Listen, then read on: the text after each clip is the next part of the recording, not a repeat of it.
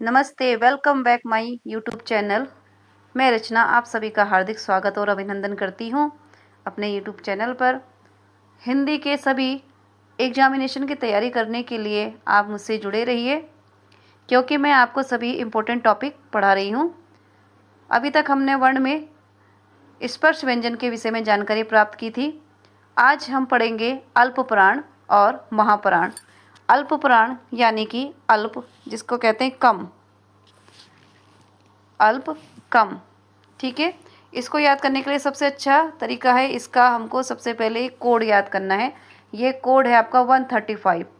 ठीक है, अब ये 135 क्या है, आपको ध्यान में रखना है कि का वर्ग से लेकर का, चा, टा, ता, पा, ठीक है, 1 से लेके 5 तक जो भी वर्ग हैं उनके पहला, तीसरा और पांचवा, ठीक है, ये सब किस में आएंगे?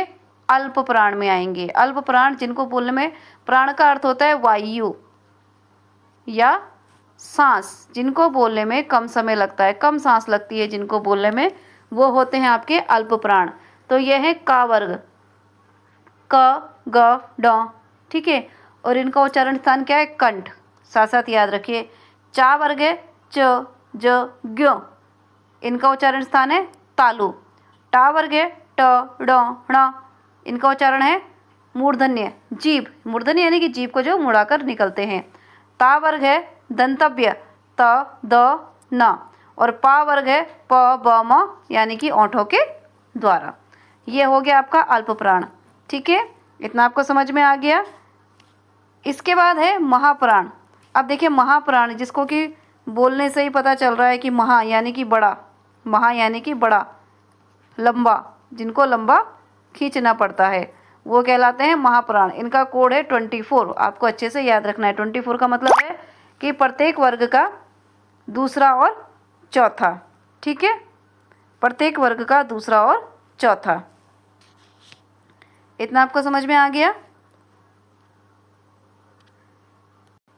ठीक है, तो ये हो गया आपका अल्प प्राण और महाप्राण। ठीक है, महाप्राण क्या है?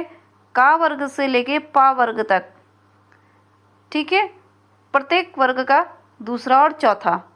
ठीक है, याद रखना है कि ये कंठ से बोले जाएंगे। इनका उच्चारण स्थान भी साथ साथ लिखा है। का वर्ग कंठ से, चा वर्ग तालु से, टा वर्ग मूर्धन्य से, ता वर्ग दंतव्य से, और पा वर्ग आपका ओंठों के द्वारा। ठीक है, फिर है द्विगुण व्यंजन डा और ढा। ये व्यंजन डा और ढा के नीचे नुक्ता बिंदु लगाने से बनते हैं। बहुत से बच्चों को नहीं पता होगा कि नुक्ता बिंदु क्या है। नुक्ता बिंदु क्या है?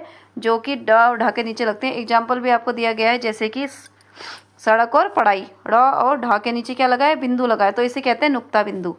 ठीक है, इसके बाद मोस्ट इंपोर्टेंट है अंतस्थ व्यंजन। जिन वर्णों का उच्चारण पारंपरिक वर्णमाला के बीच अर्थात स्वर एवं व्यंजन के बीच स्थित हो, अंतस्थ व्यंजन कहलाते हैं। इनकी संख्या 4 है। मोस्ट इंपोर्टेंट क्वेश्चन है भाई, ये जरूर आता है।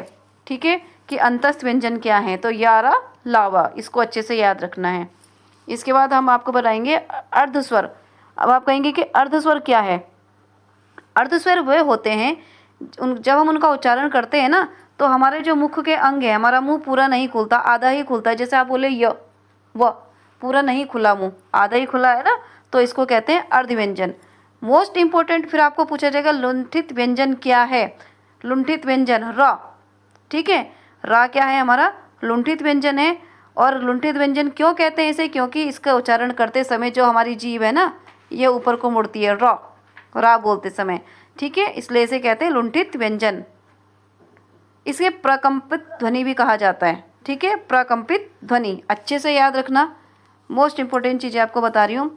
फिर पार्श्विक, जिस ध्वनि का उच्चारण करते समय हवा जीभ के दोनों तरफ बगल के भागों से निकलती है, उसे पार्श्विक व्यंजन ध्वनि कहते हैं। जैसे ला, ला, ला बोलिए आप। ला बोलते समय आपके जीभ का जो भाग है, पूरी जीभ क्या होती है? मूवमेंट करती है, और दांतों के पास की जगह खाली रहती है, तो हवा पास करती है।